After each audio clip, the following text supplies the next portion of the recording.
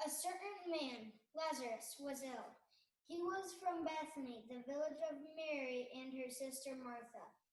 This was the Mary who anointed the Lord with fragrant oil and wiped his feet with her hair. Her brother Lazarus was ill. So the sisters sent word to Jesus, saying, Lord, the one whom you love is ill. When he heard this, Jesus said, "The illness isn't fatal. It's for the glory of God, so that God's Son can be glorified through it." Jesus loved Martha, her sister, and Lazarus. When he heard that Lazarus was ill, he stayed where he was. After 2 days, he said to his disciples, "Let's return to Judea again." The disciples replied, "Rabbi, the Jewish opposition wants to stone you, but you want to go back?" Jesus answered, Aren't there 12 hours in the day? Whoever walks in the day doesn't stumble because they see the light of the world. But whoever walks in the night does stumble because the light isn't in them. He continued, Our friend Lazarus is sleeping, but I am going in order to wake him up. The disciples said, Lord, if he's sleeping, he will get well. They thought Jesus meant that Lazarus was in a deep sleep, but Jesus had spoken about Lazarus' death. Jesus told them plainly, Lazarus had died. For your sakes, I'm glad I wasn't there so that you can believe. Let's go to him.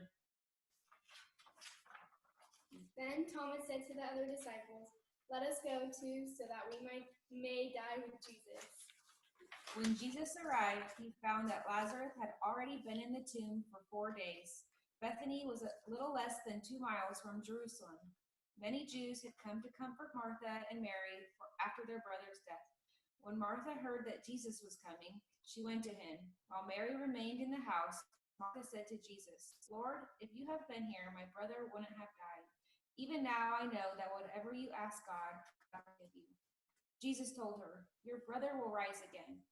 Martha replied, I know that he will rise in the resurrection on the last day. Jesus said to her, I am the resurrection and the life. Whoever believes in me will live, even though they die. Everyone who lives and believes in me will never die. Do you believe this? She replied, Yes, Lord, I believe that you are the Christ, God's Son, the one who is coming into the world. After she said this, she went and spoke privately to her sister Mary. The teacher is here, and he is calling for you. When Mary heard this, she got up quickly and went to Jesus. He hadn't entered the village, but was still in the place where Martha had met him. When the Jews who were comforting Mary in the house saw her get up quickly and leave, they followed her. They assumed she was going to mourn at the tomb. When Mary arrived where Jesus was and saw him, she fell at his feet and said, Lord, if you had been here, my brother wouldn't have died. When Jesus saw her and those who had come with her crying, he was deeply disturbed and troubled. He asked, Where have you laid him? They replied, Lord, come and see. Jesus began to cry. The Jews said, See how much he loved him? But some of them said, He healed the eyes of the man born blind. Couldn't he have kept Lazarus from dying? Jesus was deeply disturbed again when he came to the tomb. It was a cave and a stone covered the entrance. Jesus said, Remove the stone. Martha, the sister of the dead man, said, Lord, the smell will be awful. He's been dead 4 days. Jesus replied, Didn't I tell you that if you believe, you will see God's glory? So they removed the stone. Jesus looked up and said, Father, thank you for hearing me. I know you will always hear me. I say this for the benefit of the crowd standing here so that they will believe that you sent me. Having said this, Jesus shouted with a loud voice, Lazarus, come out! The dead man came out with his feet bound and his hands tied, and his face covered with a cloth. Jesus said to them, Untie him and let him go. Therefore, many of the people who came with Mary and saw what Jesus did believed in him.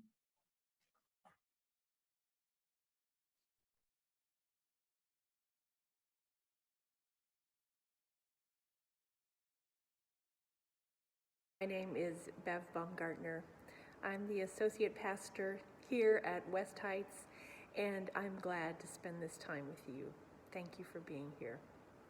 Here in the sanctuary, I'm alone, but we have the lights on, and the candles on the altar are lit, And there's purple everywhere. And just as I was outside right now, I found this henbit in the park, on the park side of our parking lot. It's almost the end of March, and here we are together, worshiping in a different way than any of us, or at least in a different way than I ever expected we would be at this time of year. Our gospel story today is a beloved story. It's the story that includes the shortest verse in the Bible.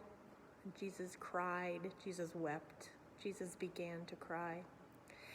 And it's a story that lifts up for me 3 very important truths about God and about our life in God and about the life Jesus invites us into in communion with God and each other.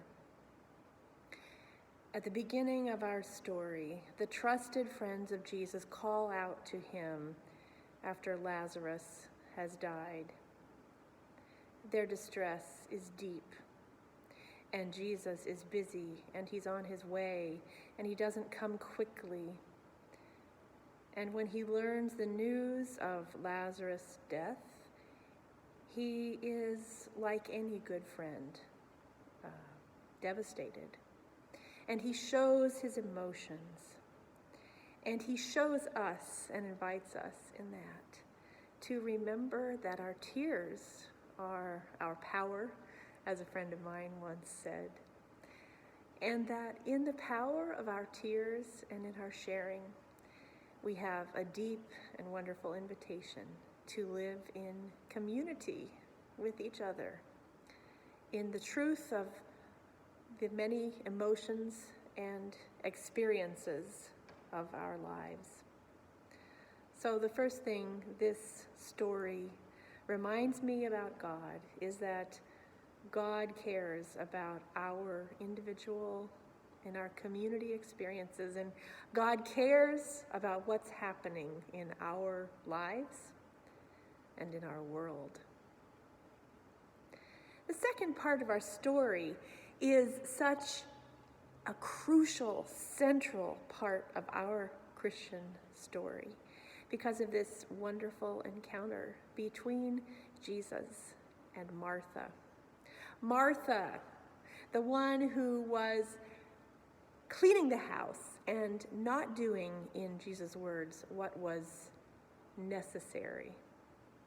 Martha here proclaims Jesus as Lord, and she shows her understanding for something that is beyond my ability to understand. And yet, with many of you, when I hear these words, I don't need to understand. I'm invited to simply live in the truth and the power of those words. And so the second part of our story reminds us of God's presence with us, not only in the moments right now and in our lives in the present, but in all time, in all eternity, with all who have gone before us and all who will come after us. I am the resurrection and the life. Any who believe in me, even though they die, will live. I love that this passage comes to us in springtime when the things that have been dormant in the ground come up and again live. And I think of what a powerful metaphor this is for us, for God's activity and work in our lives. That God is able, that God is interested, that God is willing to bring to life what was dead. And the openness of that statement, that this can refer to our physical beings and to our physical bodies that do perish, that do die, that it also invites us to think so creatively about how God is present in all the things that die away and again are somehow reborn. So this precious and sacred encounter between Jesus and Martha ranks for me as one of the top encounters between Jesus and one of his friends and followers, and such a wonderful example for us of living in faith and love. And then this final powerful piece of the story. So we have the God who is with us, who cares about all our lives, experiences, and who says, I want your tears. Your tears are part of who you are. All of you, everything belongs. We have that aspect of God. And then we have the recreating aspect of God and this one-on-one encounter between Jesus and Martha and the sacredness of meeting God in our quiet moments, in our deep inner moments of knowing and of trusting and of thinking about how those moments of knowing and trusting can be such powerful guiding moments for us. And then we have this great third part of the story. The first part of the story is the community witnessing the death of Lazarus, knowing that he has now been put in the tomb. And then we have the call out to Jesus, come! And we have Jesus on the way. And so now we have the community again in this third part of the story, where we have Jesus coming to the smelly tomb, to the place where Lazarus is. And this is the most amazing part of the story. It's impossible to rank them. But listen, this is where we, the community, find our deepest work, I believe, the most important thing we can do for one another within the church and in our wider communities and in the world. Jesus says, unbind him and let him go. Lazarus can't get out of the tomb by himself, and neither can we. We need each other, and it is such a joy to see how at this distressing and challenging and beautiful time, even though it's maybe not the best decision to call this painful time beautiful, I believe God's beauty is present in it. But at this time in our world, we have an invitation like we haven't in a long, long time to unbind each other and let each other go. And that might refer to prisoners literally being set free from prison right now in order to contain the spread of the virus. It can refer to the ways we rely on those who love us and see us and hold us accountable to help us be set free. And it's true of the ways we can, in our daily lives and in our work collectively, identify places where people are not free, where there is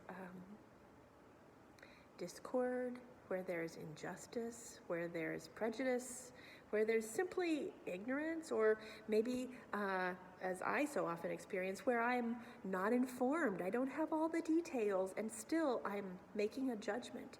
There's an opportunity for us to set each other free.